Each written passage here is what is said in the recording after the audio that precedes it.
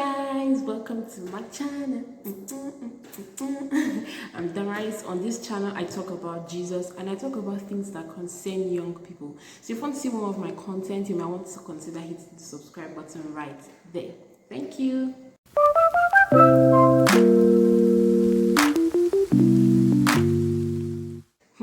Today's video, juicy topic. I know you guys are here for it. All of you that like gist inside life, now you wanna like. Anyway, today I'm going to be casting myself yet another time, and even though this is something that is very personal to me, I will try. I pledge to be as honest and sincere with you guys as possible. So me, I've always been someone to cheat very easily. You know, like you just need to do one thing and I'm already like, oh. So I liked several guys before this particular guy, but it wasn't as deep as this one. This one was like my first real crush, and it was terrible because I was obsessed. I call it obsession because I was so crazy about this guy, and I have not liked since then. I haven't liked any other guy the way I like that guy, and I do not pray to, because it's only God that deserves that level of obsession. In fact, all my obsession, it's only Jesus that deserves it. So for the purpose of this video, we're going to call this guy Tunde. It all began when I was in JS3 and I was about 12 years old. Like, Tunde and I started as friends. You know, we would talk a lot. He would confide in me. He would share, his problems with me, family, personal problems and all. And if you know me closely, you know that I am someone that I just love being there for people. Like, I always have a listening ear, and it's that listening ear that now puts me inside trouble. Because he would talk to me, he would, ask me questions, share things with me, and me too, I'll talk to him. I would even advise him on his romantic relationships and then encourage him to stop being a playboy. I would preach to himself, like I was telling him about Jesus. God, we will not send ourselves message you. So, all that kind of thing. So we're getting really close. And then, yeah, Tunde was this tall guy. He wasn't even that tall, but then I was actually short when I was in secondary school before I started going tall. So he was tall, he was dark, he wasn't necessarily handsome. So he had slightly curved legs and he ran like a child, and I just really found this so cute. Am I blushing? That's why I want this couple. He was like this really bad boy. I think he was even like leader of the bad boys gang, and then I had a thing for bad boys then. Oh no, because they got the swag, man, they got the swag. But then when he was with me, he was so vulnerable and open, and for me that was just it. I think that was really what blew my mind and made me fall for him. So that's how Tunde and I continued getting closer and closer, and before I knew it, like I started having feelings for him, and anytime I saw him, I would literally shake. Like I was always thinking about him. It was all up in my head, and I was so desperate to be with him, to talk with him. I would spend all my money buying data to talk to him on that stupid app. What's that app? To go. Text for long, like hours into the night, that kind of thing.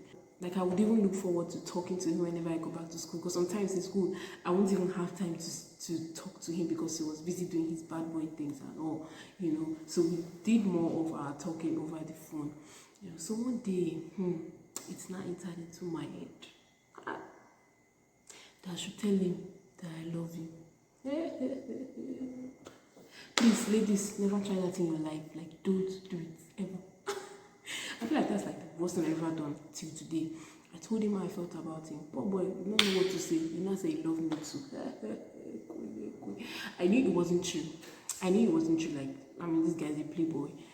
I knew he just didn't know what to say. But then, I was in love, so it was like a lot of comfort for me. And then I didn't really used to think myself a beautiful girl. So to find someone, and he was the kind of guy that a lot of girls like, because he just had this kind of nice vibe around him. So for me, it was like, oh my God, out of everyone, he actually felt something for me, maybe just a little something. So I thought I should just hold on to that. So I would replay that thing over and over in my mind. I was getting more and more obsessed by the day. Like, I would write his name everywhere. I love so. I inscribe it on things. That compass inside my set here. I use it to scratch his name Like I would even pray for this guy. Like I'll pray for him. I'll tell God how I felt about him. You know, I even though I didn't really know how to be close to God, I always had a heart for God and I always loved God. You know, so that's how Tunde will now be calling me endearing names, sweetheart, baby, honey. Oh man, my head do be busting, you know, because it was like the first time I would experience that kind of thing. And this guy just knew how to get me. Like, you know, so he would sort of manipulate me and make me satisfy him with my words or something, you know. He was basically using me, but I was so much obsessed that I wouldn't even notice. I would just, you know, anything. He knew that I would do almost anything for him, basically. But then I also had my boundaries. That's one thing. As a lady, even not just a lady, as a person, you must have your boundaries, because those are the things that would help you in the times when your brain is no longer working.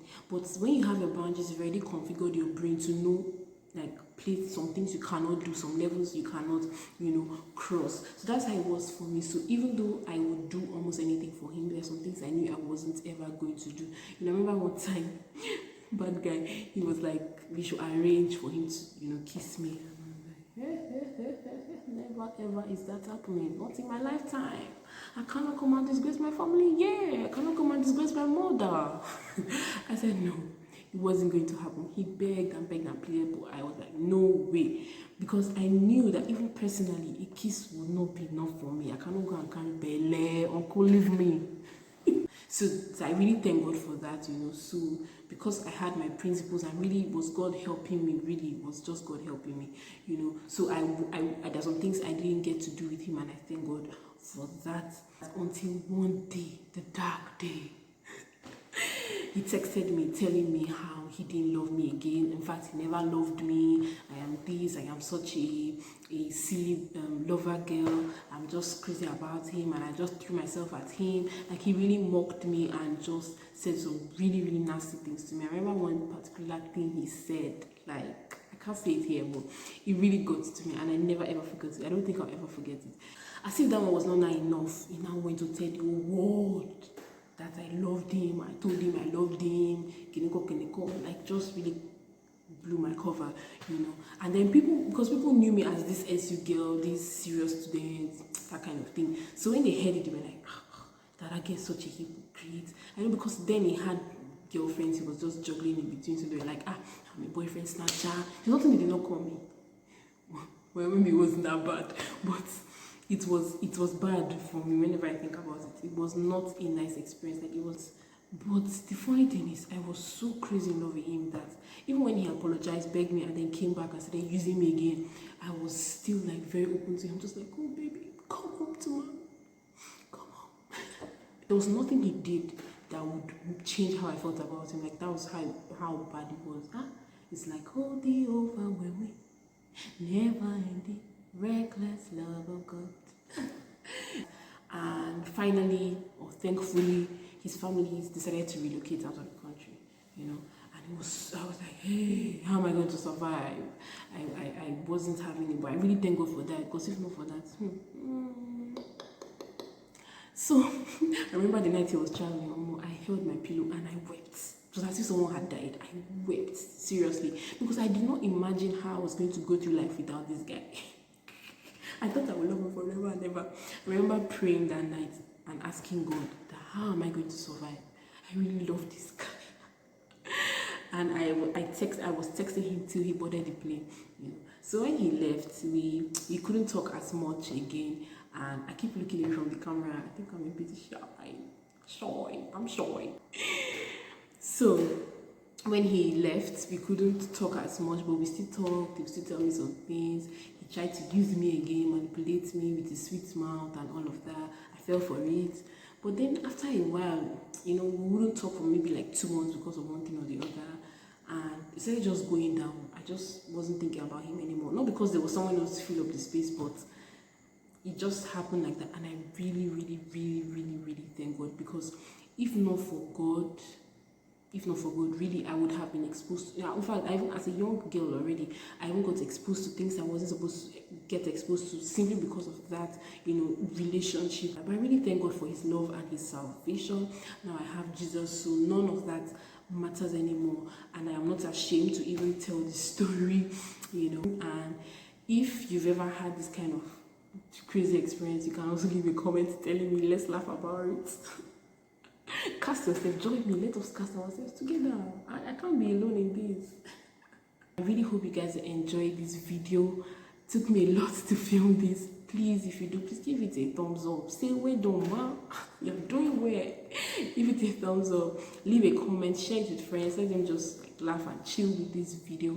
And I will be back next week by the grace of God. I have to be adding by the grace of God now, because it's not by power, it's not by might. Bye guys.